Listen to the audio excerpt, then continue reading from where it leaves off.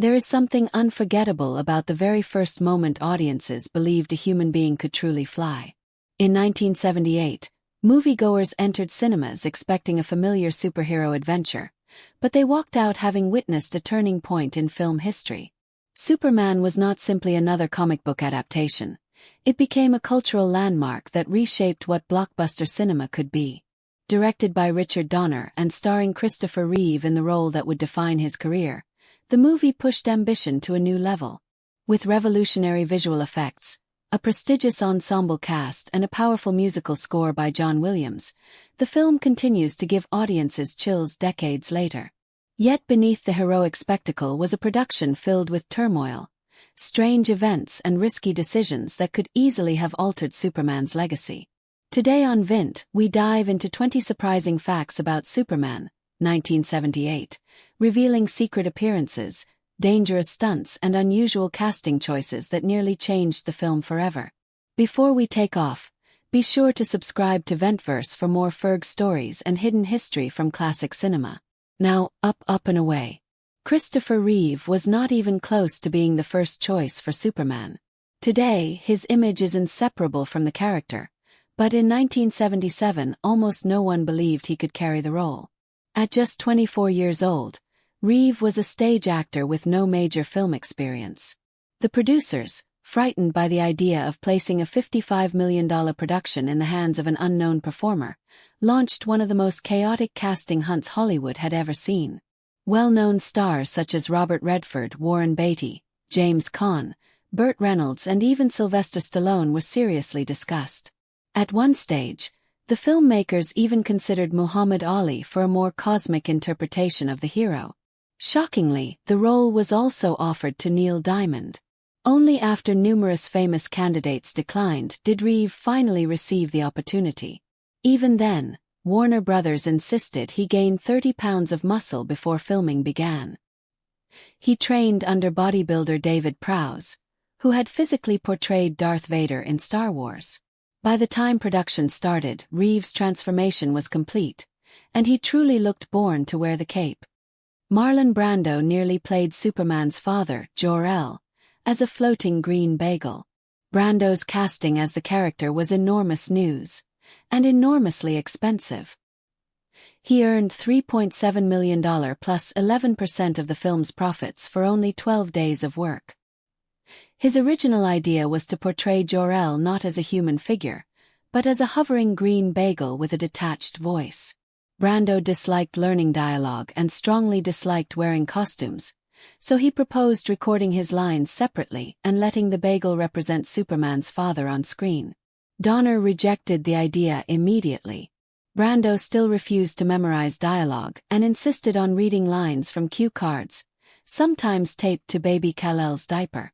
Despite all of this chaos, his restrained and dignified performance made Jor-El one of the film's most unforgettable characters, even though working with him was notoriously difficult for the crew. The flying sequences almost destroyed the production financially. The promise, "You'll believe a man can fly," was not easy to deliver in 1978. The crew tested wires, catapult systems and rotating mirrors in an attempt to simulate believable flight. One discarded technique strapped Reeve to a long pole and tilted him while clouds were projected behind him, an approach that looked ridiculous and nearly injured him. Desperate for a solution, the team developed the Zoptic front projection process, using carefully aligned lenses and projectors to create the illusion of realistic movement through the sky. The technology was extremely expensive but revolutionized visual effects and later influenced work on The Empire Strikes Back. The risk paid off, stunning audiences and raising expectations for every superhero film that followed. Gene Hackman refused to shave his mustache. Lex Luthor is remembered for his bald head and calculating cruelty, but convincing Hackman to alter his appearance became a battle.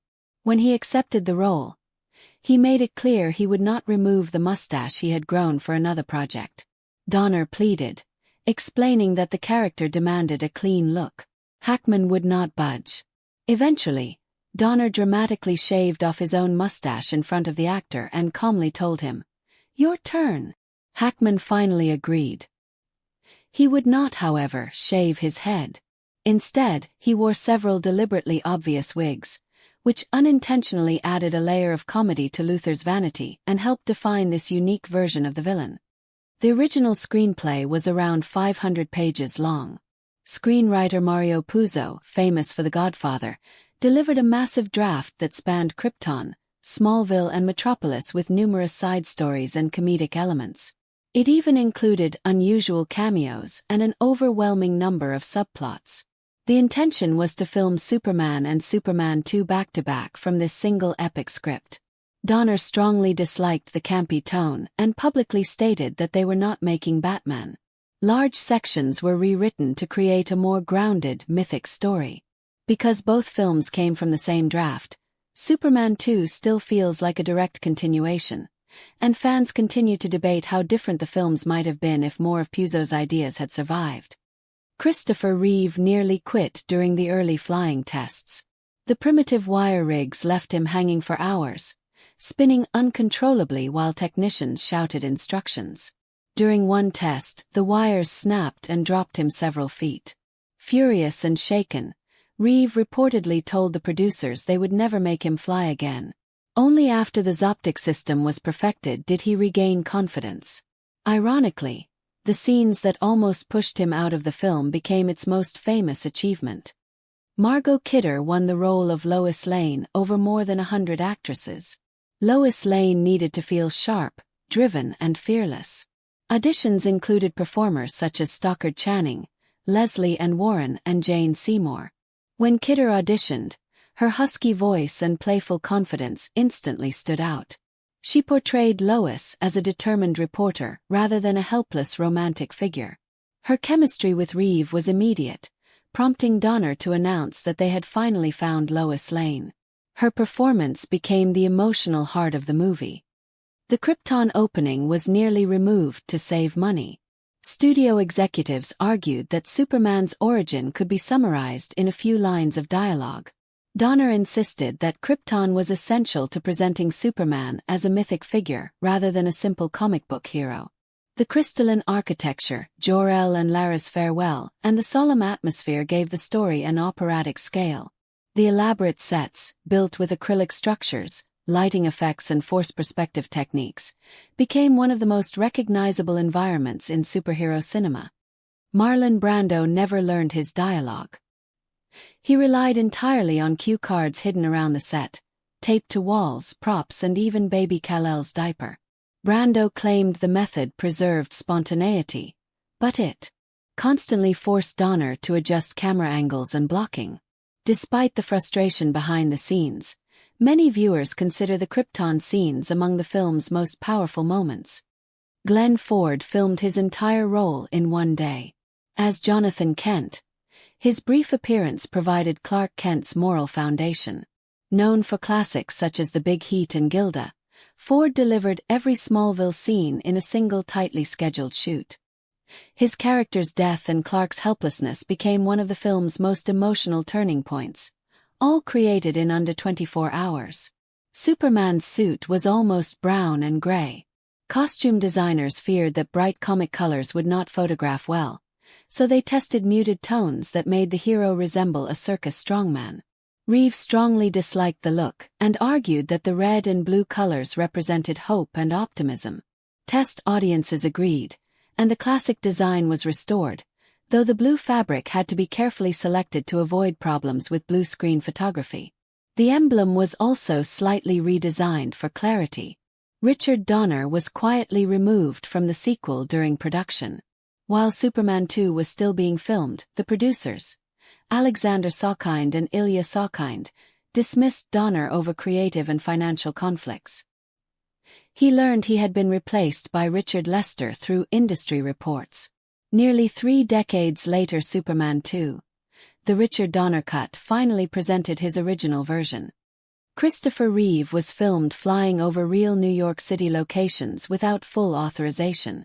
Suspended from a helicopter, his footage was later composited into shots of the city. He was flown close to Statue of Liberty and the World Trade Center, prompting police intervention over security concerns. Filming was halted, but not before several iconic shots were captured. Lex Luthor's underground lair had a serious rat infestation. The flooded tunnel sets, built on a London soundstage, quickly attracted rodents that were seen swimming through the background. During one take, a rat ran up Kidder's leg, causing her to scream on camera. The crew released cats overnight to control the problem, and then had to remove the cats each morning before shooting. The helicopter rescue sequence nearly became a real tragedy. Lois Lane dangling above the Daily Planet building was filmed using a genuine decommissioned helicopter rig. When a cable snapped during one take, the aircraft swung violently across the set. Kidder's terrified reaction was completely real. Donner later admitted the accident came dangerously close to disaster. During filming of Superman's climactic race to reverse Earth's rotation and save Lois, reality mirrored fiction. While miniature sets were being used to simulate collapsing ground and earthquake destruction, an actual earthquake struck, stunning the cast and crew as they were in the middle of shooting the very disaster they were recreating on screen. During one effects test on the set of Superman, the miniature disaster models, complete highways and bridges designed to collapse using hydraulics and hidden charges, suddenly became terrifyingly real when the soundstage began to shake. At first, the crew thought the rumble was part of the planned effects, but within seconds lights swung overhead, props crashed to the floor and someone yelled, "This isn't us." The tremor itself was small, yet it unsettled everyone, and for a brief moment it felt as if Superman were somehow calling the chaos into existence. Director Richard Donner joked to the cast and crew that if Superman actually showed up, they would put him on the payroll.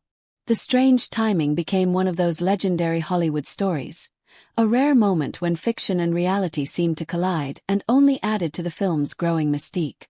Number 4, a Superman billboard accidentally revealed the ending. In 1978, marketing was everywhere. Posters, billboards, and TV spots promoting what was being billed as the first true superhero blockbuster.